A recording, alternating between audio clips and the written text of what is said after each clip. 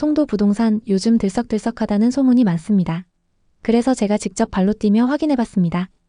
구독자님들 요청도 많아서 오늘 송도 현장을 샅샅이 훑어보려고요. 여러분 경제가 어려우면 부부싸움 많이 하죠? 제 주변에도 집값 때문에 부부싸움 하시는 분들 많아요. 왜냐하면 집값은 떨어지고 대출 이자는 오르고 살기 점점 어려워지니까요. 스트레스 쌓이는 거죠. 인천의 송도 센트럴파크역 앞에 나가봤습니다. 이곳은 한때 대한민국 부동산의 핫플레이스였죠. 국제학교, 센트럴파크, 현대아울렛, 롯데 쇼핑몰까지. 그런데 지금은 분위기가 심상치 않아요. 왜 그런지 하나씩 뜯어볼게요. 먼저 송도 대장 아파트부터 얘기해볼까요? 센트럴파크 주변이 송도에서 제일 잘 나가는 단지들로 꼽히죠. 입지가 워낙 좋아요. 인천대 입구역, 센트럴파크역 근처에 생활 편의시설도 많고요. 이 주변 30평대 아파트가 2021년엔 13억까지 찍었어요. 근데 2023년엔 9억 아래로 뚝 떨어졌다가 지금은 9억 후반 정도에 거래되고 있어요. 매매가가 반등한 것처럼 보이지만 실상은 하락세가 계속되고 있죠. 거래량은 2025년 6월 이후 거의 없고 여전히 침체기라는 게 업계 얘기예요. 이동욱 씨는 40대 중반 회사원이에요. 제 지인인데 2021년에 송도 상권이 뜰 거라는 기대감에 센트럴파크 근처에 상가를 분양받았어요. 그때 송도가 신도시로 떠오르면서 상가 투자 붐이 일었죠. 이동욱 씨는 은행 대출 5억, 자기 돈 3억 해서 총 8억 들여 1층 상가를 샀어요. 위치가 센트럴파크 2번 출구 바로 앞이라 여기서 카페나 편의점 하면 대박 날 거야 라고 생각했대요. 초기에는 임대 문의도 좀 왔어요. 그런데 2022년부터 경제가 어려워지면서 상권이 죽었어요. 임대료를 20% 깎아도 임차인이 안 들어왔어요. 공실이 벌써 3년째예요. 매달 관리비 수십만 원, 대출 이자까지 합치면 월 230만 원씩 빠져나가요. 이동욱 씨는 처음엔 조금만 기다리면 될 거야 했지만 2024년엔 스트레스로 건강이 나빠졌어요. 회사에서 실수도 잦아지면서 승진도 놓쳤고요. 부인과는 매일 싸움이에요. 상가 왜 샀어? 망할 셈이야? 하면서요. 결국 이혼 얘기까지 나왔지만 겨우 화해했어요. 지금은 상가를 6억 5천에 내놨는데 이 가격에도 안 팔려요. 이자랑 다 합치면 손실이 2억으로 빚만 쌓였죠.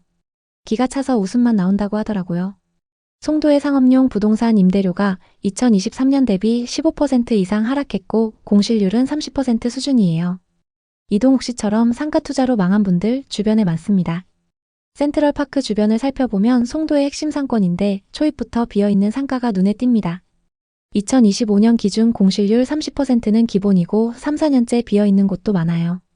상가 주인들 관리비랑 이자만 매달 내고 있겠죠? 심각해요, 진짜. 분양가도 만만치 않았는데 수익률이 안 맞습니다. 여긴 거주하기엔 너무 좋아요. 큰 공원도 있고 새 아파트도 많고. 하지만 상권으론 썩 좋지 않습니다. 날씨 좋은 날은 사람이 많지만 겨울 되면 횡해요.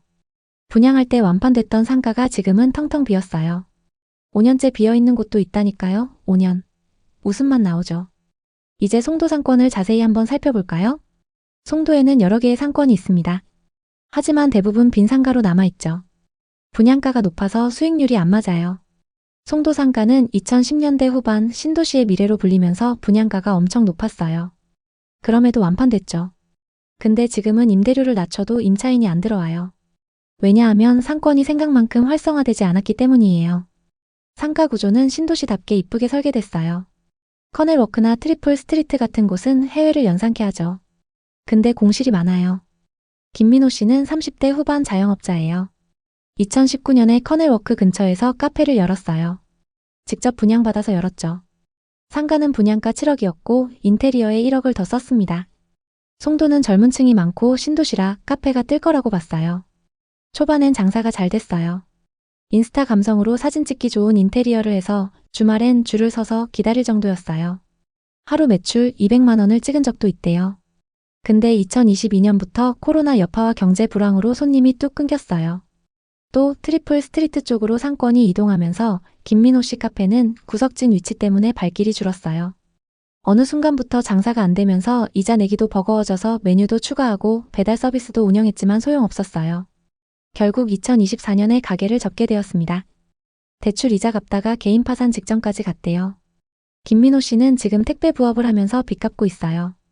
송도 상권 겉으론 화려하지만 속은 텅 비었어요 라고 하더라고요. 실제로 송도 상가들의 임대료가 많이 내려왔어요. 그럼에도 불구하고 임차인 찾기가 어렵습니다.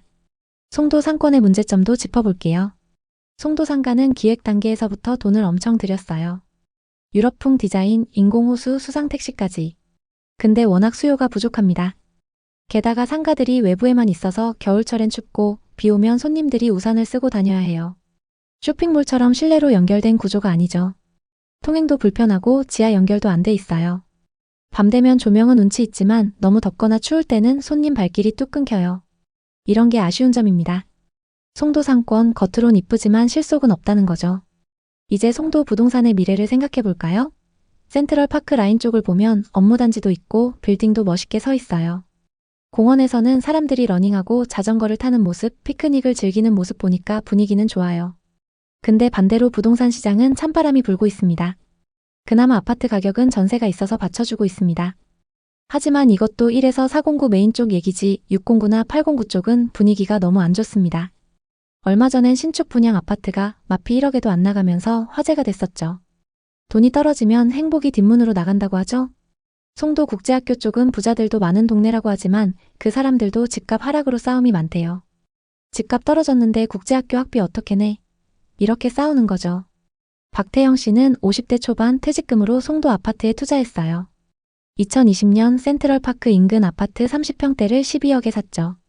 송도는 개발 호재로 뜨면서 집값 오를 거야 라고 믿었대요. 전세 끼고 투자했는데 초기에 전세가 쭉쭉 올라 기뻤어요. 재계약할 때 올려받을 생각을 하면서요. 그런데 2023년부터 금리 인상과 공급 과잉으로 집값이 뚝 떨어졌어요. 전세도 같이 내려갔고 매매가는 8억 중반까지 하락했어요. 임차인이 전세 시세를 내려달라고 했고 급하게 고금리 대출을 받아 돌려줬죠. 박태영 씨는 집을 팔고 싶었지만 너무 떨어져서 팔 수도 없었습니다.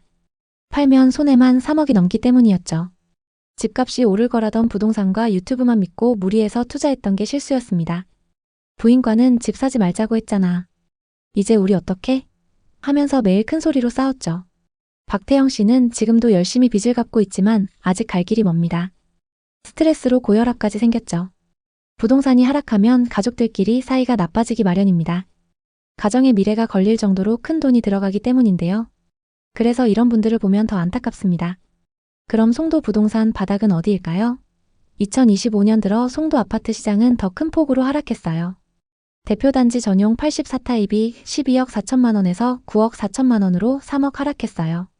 송도 외곽 아파트들은 고점 대비 30% 이상씩 빠진 거래가 나타나고 있죠. 게다가 거래량도 저조하기 때문에 당분간 부진이 이어질 거예요. 거래량은 2025년 초 기준 2024년에 비해서 조금 늘었지만 6월 규제가 시작되면서 급격히 감소했습니다. 자세히 살펴보면 아파트가 62%, 분양권 21%, 오피스텔 17%로 매우 저조해요. 상업용 부동산은 임대료가 하락세지만 수요가 더 크게 줄어들며 침체가 더 악화되고 있습니다. 상업시설과 생숙 등 비주거용 부동산의 미분양 매물이 넘쳐나는 가운데 기존에 분양받았던 투자자들까지 매물을 던지면서 공급이 폭증하고 있습니다. 할인 분양과 분양 혜택에도 손님이 아예 없죠. 분양받은 개별 소유자들은 공실 때문에 이자 내기도 어려운 상황입니다. 그나마 아파트는 상황이 좋은 편이지만 그것도 비주거용 부동산과 비교했을 때 얘기입니다. 객관적으로 봤을 때 아파트 자체도 분위기가 좋지 않습니다. 인천의 아파트 매물은 2025년 9월 기준 3만 8천 건으로 작년 말 대비 20% 늘었어요.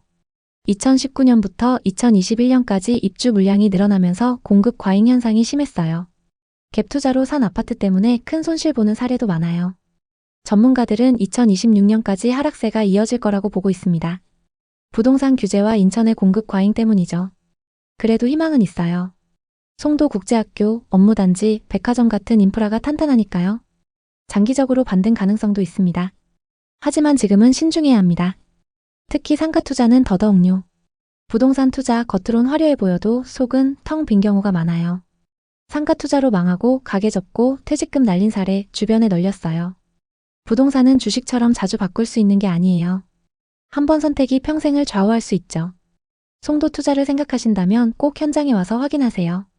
공실률, 임대료, 거래량 다 체크하셔야 해요. 부동산은 한 번 선택이 중요합니다. 특히 상업용 부동산은 더 신중해야 해요. 오늘 이야기 어떠셨나요?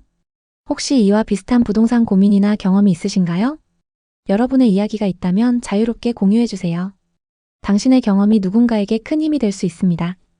오늘의 이야기에 공감하셨다면 구독과 좋아요를 눌러주세요. 오늘도 시청해주셔서 감사합니다. 다음 편엔 더 좋은 내용으로 찾아뵙겠습니다.